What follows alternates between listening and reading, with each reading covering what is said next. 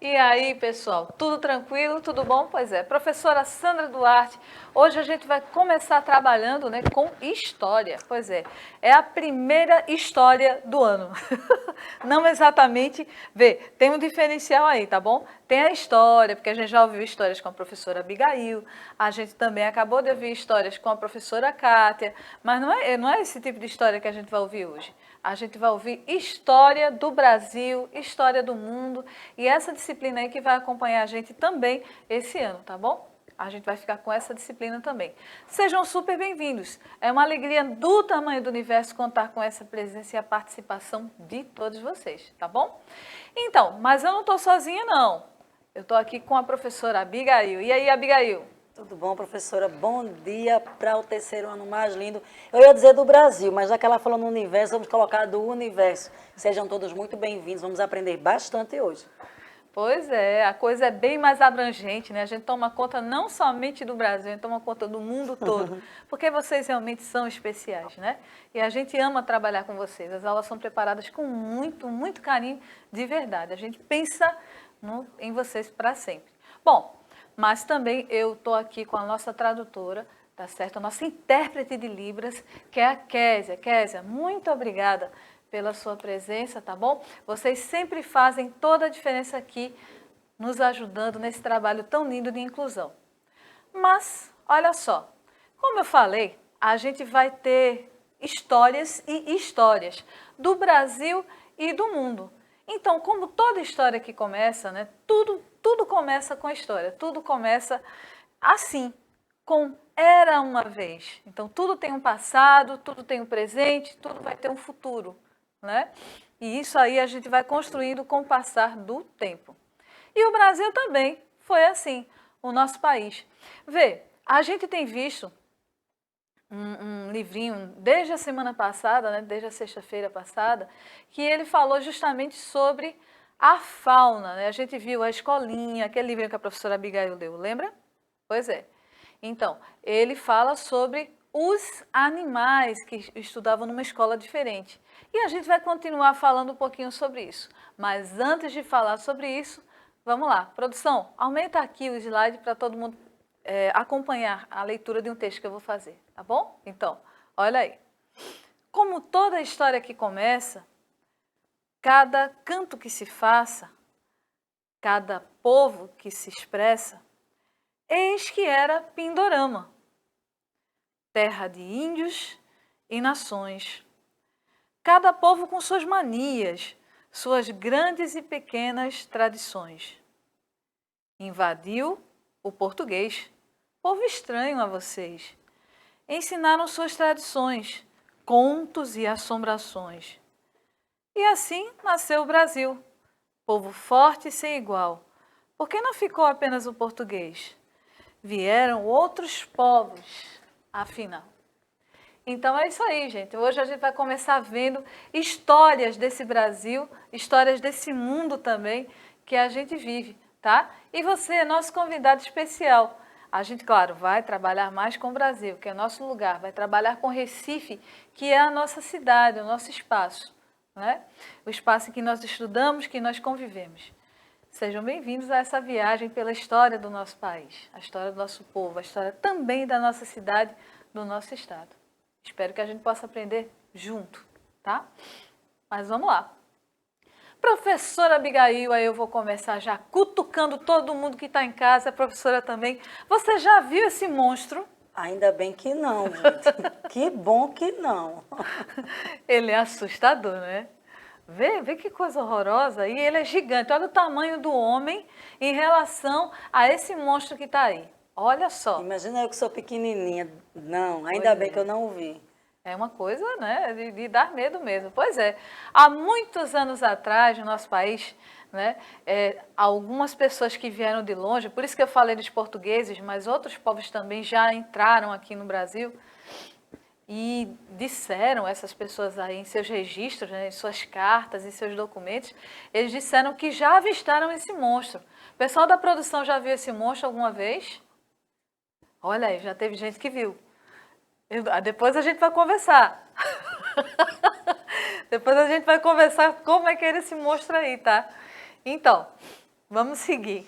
Falando, conhecendo um pouquinho sobre monstros. Pois é, esse monstro aí, ele tem a ver com a fauna do Brasil, ou história da fauna brasileira. Pois é, quando a gente falou na aula passada, né, a gente abordou um pouquinho sobre o que é a fauna. É o conjunto, vamos lembrar, né, o conjunto de animais de uma determinada região, certo? Então, como a gente viu aí, muitas pessoas acreditavam que aquele monstro existia mesmo. O pessoal até da produção disse que já viu.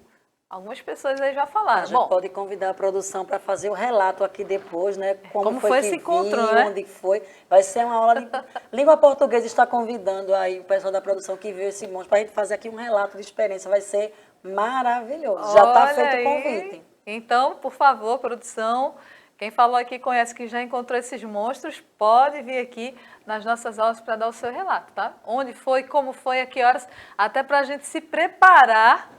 Se encontrar um bicho desse aí, com certeza, né, a gente saber o que fazer da vida, porque a pessoa está viva ali ainda, então eu acho que ele soube fazer. Mas vamos embora. Olha só, nos anos de 1500, o Brasil era pouco conhecido, né? Na verdade, somente os indígenas que moravam por ali e outras pessoas que vieram antes, né? Com a chegada dos primeiros estrangeiros aqui, surgiu a curiosidade de explorar a nova terra, buscar o que era e o que não era comestível na nossa fauna e flora. Esses visitantes deixaram suas caravelas e entraram pelas florestas brasileiras. E assim, é como se fala, né? O Brasil foi crescendo, né? Não que ele fosse pequeno, mas as pessoas foram entendendo melhor como é que era o nosso país por dentro, né? Já que eles só conheciam a princípio aquela parte ali que vinha do oceano, já que eles vinham diretamente de lá. Gente, aquilo que nós falamos aqui, a gente sempre conversa, né? Muito antigamente, esses meios de transporte que nós temos hoje não existiam. Então, as pessoas conheciam somente, no caso, tração animal, né? Que eram cavalos, bois e outros tipos de animais aí também que eram usados para transporte. E, no caso, caravelas, barcos, né? As caravelas que eu estou falando eram como navios mais leves que serviam para viagens assim maiores, eu posso dizer. Para viagens mais curtas de um lugar para outro, eles podiam usar o barco, né, através do oceano. Essa era a única forma deles viajarem longas distâncias, tá? Eram as caravelas. Tinha outros tipos de navios também, no caso os galeões, né?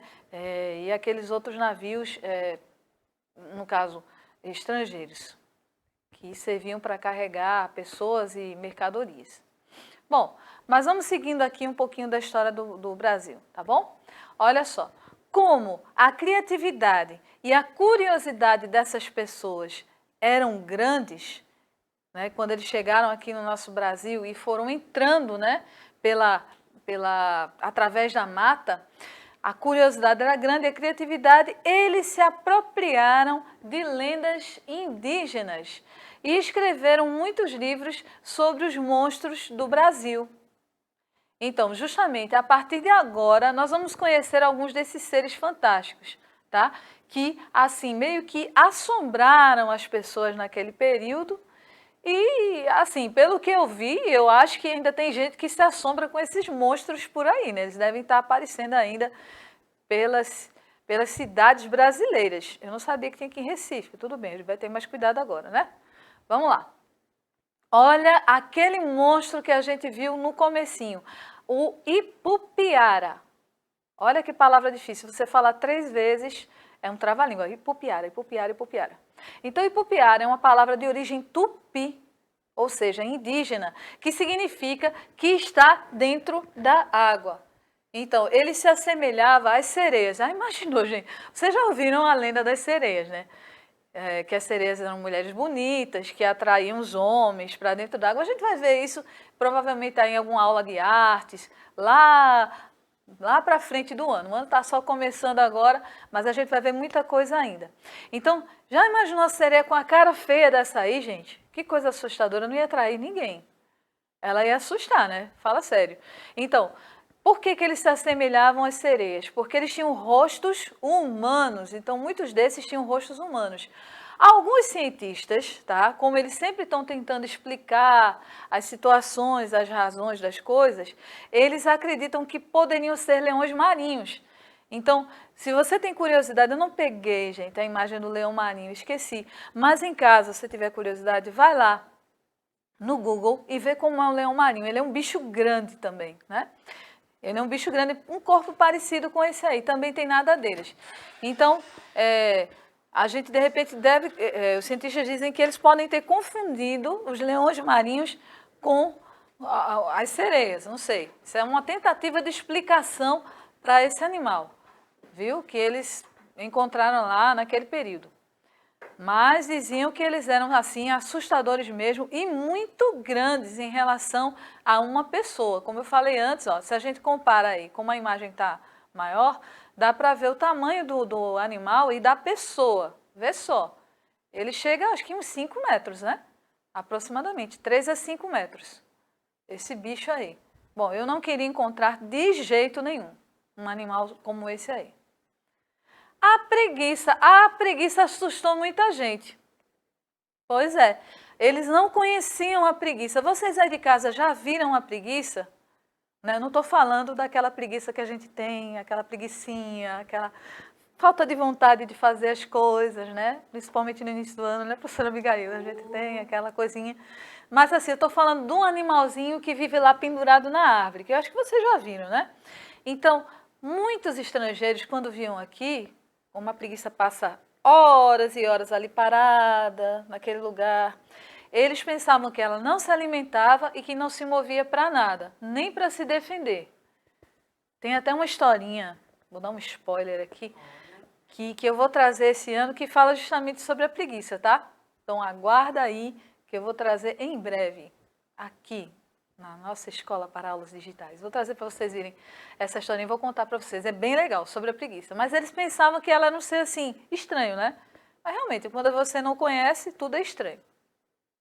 Ó, em 1587, um colono português, quer dizer, uma pessoa portuguesa que veio morar no Brasil, chamado Gabriel Soares de Souza, publicou o Tratado Descritivo do Brasil, para informar ao rei de Portugal sobre as riquezas naturais do novo território.